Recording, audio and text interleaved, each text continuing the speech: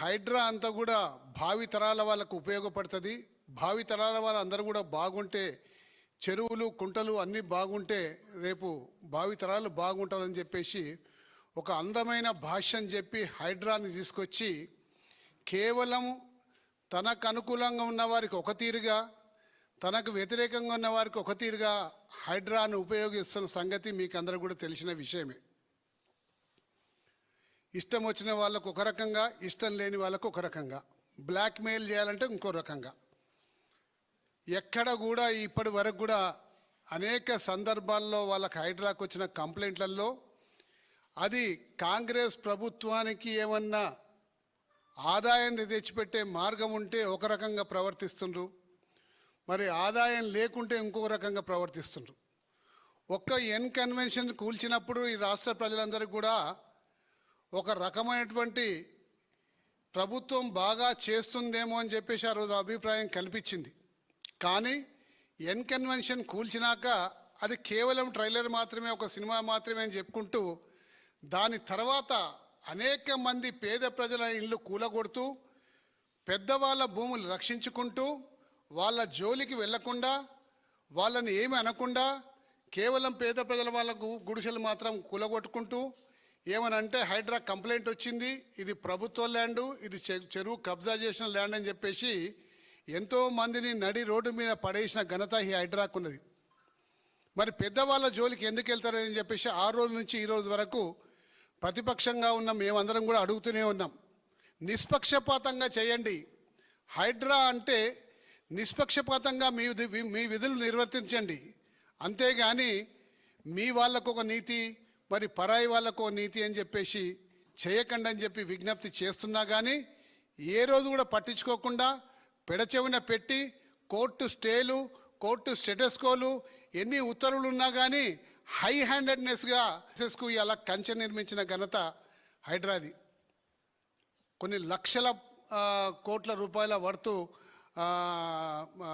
Save చేసినామని చెప్పేసి హైడ్రా రంగనాథ్ గారు చెప్పుకుంటారు. ఎల్బీ నగర్లో ఎక్కడో ఒక దగ్గర ఎప్పుడో ఎల్బీ నగర్లో కూకట్పల్లి 2-3 స్థలాల పేర్లు పేపర్లో ఇచ్చిండ్రు. పేపర్లో ఇచ్చి ఒక 5-6 స్థలాల పేర్లు ఇచ్చి వీటిని మేము రక్షించినాము, ప్రభుత్వ స్థలాలు కబ్జా అయితే రక్షించినాము అని చెప్పేసి పేపర్లో ఇచ్చి దాని వర్తు 200 కోట్లని వేసిండ్రు. 200 కోట్లని వేసిండ్రు దాని వర్తు. తిప్పి కొడితే అన్ని ఆ 4 ప్లాట్ల వర్తు అంతా కలిపితే 5 కోట్ల నుంచి 6 కోట్ల కన్నా మించి ఉండదు. కానీ పేపర్లో 200 కోట్లని వేసిండ్రు. నేను చూసి నవ్వుకున్నా, అరే ఏంద్ర ఆయన ఇట్లా వేస్తుండ్రు, ఇంత ఇంత ఇంత 5 కోట్లది వేసి దాదాపు 250 రెట్లు ఎక్కువ చెప్పుకుంటున్నారని చెప్పేసి అనుకున్నా. ఇలా లక్షల కోట్లు సేవ్ చేసిందని చెప్పేసి ఇలా మీరు చెప్తామన్నమాట. వాస్తవం కాదు. కేవలం ప్రజల్ని మభ్యపెట్టడానికి, కేవలం ప్రజలకు తప్పుదోవ పట్టించడానికి ముఖ్యమంత్రి గారికి అనుకూలంగా ఉంటేనేమో ఒక రకంగా, ముఖ్యమంత్రి గారికి అనుకూలంగా లేకుంటే ఒక విధంగా అని కూడా ఈ స్పష్టంగా చెప్పదలుచుకున్నా. ఈరోజు నెక్టర్ గార్డెన్ అని ఒక నెక్టర్ గార్డెన్ దుర్గం చెరువు దగ్గర ఉన్నది. గతంలో నేను హుడా చైర్మన్గా ఉన్నప్పుడు దానికి ఓసీ ఇవ్వమంటే ఓసీ ఇవ్వలేకపోయినాము. అది ఓసీ ఇవ్వనికి వీలు లేదని చెప్పేసి చాలా స్పష్టంగా ఆ రోజు రిజెక్ట్ చేయడం జరిగింది. అక్కడనే వీళ్ళ కుటుంబ సభ్యులు ఉంటారు. దాని మీద ఇప్పటిదాకా హైడ్రా పోలేదు. ఫాతిమా కాలేజ్ విషయంలో మీకు అందరు కూడా స్పష్టంగా తెలుసు, దాని విషయంలో హైడ్రా జోలికి పోలేదు. ఇట్లా ఎన్నో ఉన్నాయి, వాళ్ళ జోలికి హైడ్రా పోదు. ఇవాళ హిమాయత్ సాగర్, ఉస్మాన్ సాగర్, గండిపేట దగ్గర ఉన్న చాలా ఫామ్ హౌస్లన్నీ కూడా ఇలా కాంగ్రెస్ పార్టీకి సంబంధించిన ముఖ్యమైన నాయకుల యొక్క ఫామ్ హౌస్లు ఉన్నాయి. వాటికి జోలికి ఈ రోజు దాకా హైడ్రా పోలేదు. కానీ పేదవాళ్ళు గుడిసెలు కట్టుకొని నివసిస్తుంటుంటే అర్ధరాత్రి వచ్చేసి అమానుషంగా గుడిసెలు కూలగొట్టి వాళ్ళందరినీ కూడా వీధిలో పడేస్తే కూకట్పల్లిలో ఉన్న ఒక బుచ్చమ్మ అని చెప్పేసి హైడ్రా పేరు మీద సూసైడ్ చేసుకున్న సంగతి మీకు అందరూ కూడా తెలిసిన విషయమే. ఇప్పుడు మరి కోర్టు ఉంది కాబట్టి మీ వ్యాఖ్యలు కూడా కోర్టు ధిక్కరణ కేసు కిందకి వస్తాయి. మరి కోర్టు ధిక్కరణ ఇది సుమోటోగా కోర్టు తీసుకొని మరి వారి మీద చర్యలు తీసుకోవాలని కూడా ఈ సందర్భంగా నేను కోర్టు వారికి కూడా విజ్ఞప్తి చేస్తూ ఉన్నాం. అంటే హైడ్రా అనేది హిట్లర్ గారు పెట్టిన పేరు. అది అణచివేతకు, లేకపోతే తొక్కేస్తాను అది ఉద్దేశించిన పేరు కాబట్టి అదంతా నాకు చాలా ఇష్టం అని చెప్పి గతంలో ముఖ్యమంత్రి గారు ఒకసారి చెప్పడం జరిగింది. మరి అణచివేతకు ఆయన ఒక్కడే అధికారి కరెక్ట్ ఉన్నట్టున్నాడు కాబట్టి మళ్ళీ ఆయననే పెడదామని చెప్పేసి అనుకుంటుండేమో. కానీ కోర్టు ఒకసారి నిర్ణయం తీసుకున్నంటే ఇవాళ కూడా ఇద్దరు జడ్జిలు మళ్ళీ అదే రంగనాథ్ గారి మీద ఆగ్రహం వ్యక్తం చేసిన చూసినాం, ఇవాళ పేపర్లలో వచ్చింది.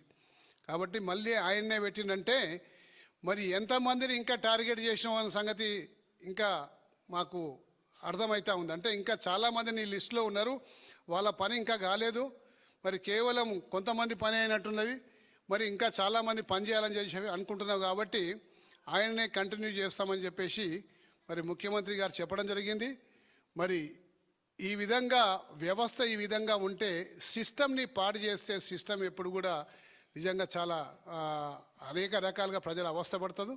సిస్టమ్ని పాడు చేయకుండా సిస్టంలో ఉన్న లోపాలని మీరు వెతికి పట్టి వాటిని అణిచివేస్తే వాటిని కంట్రోల్ చేస్తే బాగుంటుంది. అంతేగాని అడ్డగోలు అధికారాలు ఇచ్చి మేము ఎవరినైనా కూలగొడతాం, ఎవరినైనా ఏదైనా చేస్తామని సంగతి మరి ఈ విధంగా అనుకుంటే ఇవాళ హైదరాబాద్లో ఉన్న రియల్ ఎస్టేట్ రంగం కుదేలైతం కారణం కూడా హైడ్రా ఒక కారణం. ఎందుకంటే ఎవరు ఎక్కడ కొనాలన్నా కానీ ఇది బఫర్ జోన్లకు వస్తుందా, లేకపోతే ఇది ఎఫ్టీఎల్లకు వస్తుందా, లేకపోతే ఇక్కడ ఇంతకుముందుకు భవిష్యత్తులో కుంట ఉండైనా చెరువు ఉండైనా ఏమున్నదో సంగతి ఎవరికి తెలియదు పబ్లిక్. మరి పర్మిషన్లు ఏమో జిహెచ్ఎంసీ ఇచ్చేస్తుంది. పర్మిషన్లు జిహెచ్ఎంసీ ఇచ్చేసినప్పుడు ఆటోమేటిక్గా పర్మిషన్లు చూసి మనం మధ్యతరగతి ప్రజలు కొంటారు. కొన్నాక సడన్గా హైడ్రా ఎంట్రీ ఇచ్చేసి దీనికి పర్మిషన్ లేదు క్యాన్సిల్ అంటారు, లేకపోతే కుంట అంటారు, లేకపోతే ఇంకేదో బఫర్ జోన్ అంటారు. మరి వాళ్ళందరూ కూడా కొన్న వాళ్ళని నష్టపోవడము లేకపోతే తీవ్రంగా ఇబ్బంది పడడం అనేది జరుగుతూ ఉంది. కాబట్టి మీరు నిష్పక్షపాతంగా పెట్టండి. హైడ్రా పెట్టిన ఉద్దేశం మీది మంచిదే ఉండొచ్చు, కానీ నిష్పక్షపాతంగా చేసినప్పుడు మాత్రమే ఇది ప్రజలకు ఉపయోగపడుతుంది. కేవలం మీకు బ్లాక్మెయిలింగ్ సాధనంగా మాత్రం వాడుకోవద్దని చెప్పేసి ప్రభుత్వానికి విజ్ఞప్తి చేస్తున్నా.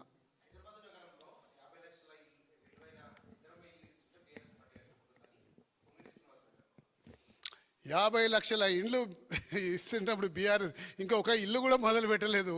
ఇంకా 50 లక్షల ఇండ్లు ఎప్పుడు ఇవ్వాలి? వాళ్ళకున్న 2 సంవత్సరాల టైం ఉంది.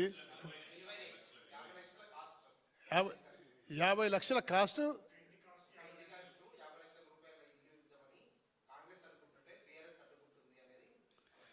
అంటే ఇప్పుడు అబద్ధాలలో చాలా మాస్టర్లు అయిపోయినారు కాంగ్రెస్ పార్టీ. పరిపాలన ఎట్లున్నా లేనా అబద్ధాలు మాత్రం గట్టిగా మాట్లాడితే అదే ప్రజలు నిజమని నమ్ముతారని చెప్పేసి కాంగ్రెస్ పార్టీ అనుకుంటుంది. కాబట్టి ముఖ్యమంత్రి గారి అబద్ధాలతో పాటు మంత్రివర్గ సహచరులు కూడా అంతకన్నా రెట్టింపు అబద్ధాలు ఆడుతున్నారు. 50 లక్షల ఇల్లు వాళ్ళు ఇద్దామంటే బీఆర్ఎస్ పార్టీ అద్దుకుంటుందంటే అంతకన్నా ఇక చిల్లర మాటలు ఏవి ఉండవు. కాబట్టి ఇటువంటి చిల్లర మాటలు మానుకొని పరిపాలన మీద దృష్టి కేంద్రీకరించండి. పరిపాలన ఏ విధంగా చేస్తారో సంగతి ఆ విధంగా చేసి ప్రజలకు మంచి చేయండి. ప్రజలకు మంచి చేసేది పోయి నిత్యం కేసీఆర్ కుటుంబాన్ని జపిస్తూ ఉన్నారు. కేసీఆర్ కుటుంబాన్ని ఏ విధంగా డిఫేమ్ చేయాలి, కేసీఆర్ కుటుంబాన్ని ఏ విధంగా లోపడదోయాలనే ఆలోచనే మిమ్మల్ని నిద్రపట్టనిస్తలేదు. మీకే నిద్రపడతలేదు, ప్రశాంతంగా లేరు మీరు. కాబట్టి ఫస్ట్ ప్రశాంతతగా ఉండండి, దాంతో పరిపాలన మీద దృష్టి కేంద్రీకరించమని చెప్పి కోరుతున్నా. ఓకేనా?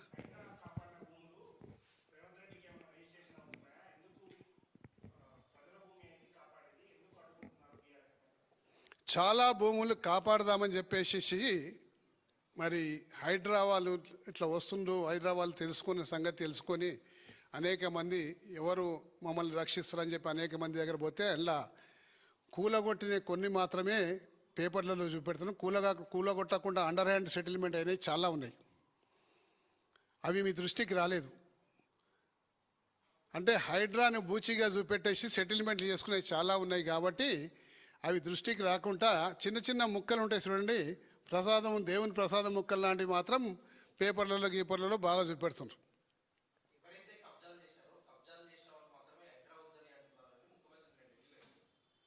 హైడ్రా వద్దని మేము ఎన్నడూ కూడా అనలేదు. హైడ్రా పెట్టిన ఉద్దేశం బాగానే ఉండొచ్చు, కానీ పక్షపాతంగా దాన్ని వ్యవహరిస్తుండ్రు, దాన్ని వాడుకుంటుండ్రు, వెంజెన్స్ఫుల్గా వాడుకుంటున్నారు. కాబట్టి ఆ విషయాన్ని మాత్రం మేము వ్యతిరేకిస్తున్నాం. ఇవాళ చాలామంది నేను చెప్పిన ఉదాహరణలు 2 చెప్పాకండి. ఇవాళ నెక్టర్ గార్డెన్ ఉంది దుర్గం చెరువులో. ఆ నెక్టర్ గార్డెన్లో ముఖ్యమంత్రి గారు అన్నగారైన తిరుపతి రెడ్డి గారు ఉంటారు, దాన్ని టచ్ చేయలేదు. ఫాతిమా కాలేజ్ ఉంది, దాన్ని టచ్ చేయలేదు. ఇంకా అనేక మంది ఫామ్ హౌసెస్ గండిపేటలో ఉన్నాయి, దాన్ని టచ్ చేయలేదు. ఇవన్నీ టచ్ చేయకుండా వేరే వాటిని టచ్ చేసి కూల్చేసి మేము చాలా గొప్ప పని చేస్తున్నామంటే ప్రజలు ఏ విధంగా మెచ్చుకుంటారండి మిమ్మల్ని? నిష్పక్షపాతంగా ఉన్నప్పుడు ఏ రోజైతే ఎన్ కన్వెన్షన్ గులగొట్టినరో ఆ రోజు అనుకున్నారు వీళ్ళు హైడ్రా అనేది ఎవరిని వదిలిపెట్టదు, అందరి పడతామని చెప్పేసి అనుకున్నారు. కానీ చాలామందిని అలా వదిలిపెట్టి పేద ప్రజల మీద పడ్డ దాన్ని వ్యతిరేకిస్తున్నాం.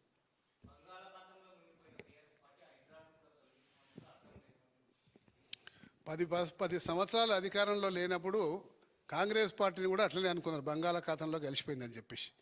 ఇలా బీఆర్ఎస్ పార్టీ బంగాళాఖాతంలో కలిసిపోయిందని కూడా అనే ముందర వాళ్ళు ఆలోచించుకుంటే బాగుంటుండే. అంటే అడ్డగోలిగా నోరు ఉంది కాబట్టి ఏదైనా మాట్లాడతామని చెప్పేసి నోటికి వచ్చినట్టు మాట్లాడడం అది ముఖ్యమంత్రి గారికి శోభ ఇయ్యదు. ఎందుకంటే ప్రజలు గమనిస్తున్న ఆయన వాడే భాష కానివ్వండి, లేకపోతే ఆయన మాట్లాడే తిట్లు కానివ్వండి, అంతా గమనిస్తుంది. నీకు పరిపాలనా పగ్గాలు చేతికిచ్చి పరిపాలించమంటే నిత్యం కేసీఆర్ జపమే చేసుకుంటే కేసీఆర్ని తిట్టుకుంటే ఎన్ని రోజులు గడుపుతావు? 3 సంవత్సరాలు పూర్తిగా వస్తుంది. ఇంకా వాళ్ళని నువ్వు తిట్టుకుంటా గడిపితే ప్రజలు ఒప్పుకోరు. Thank you.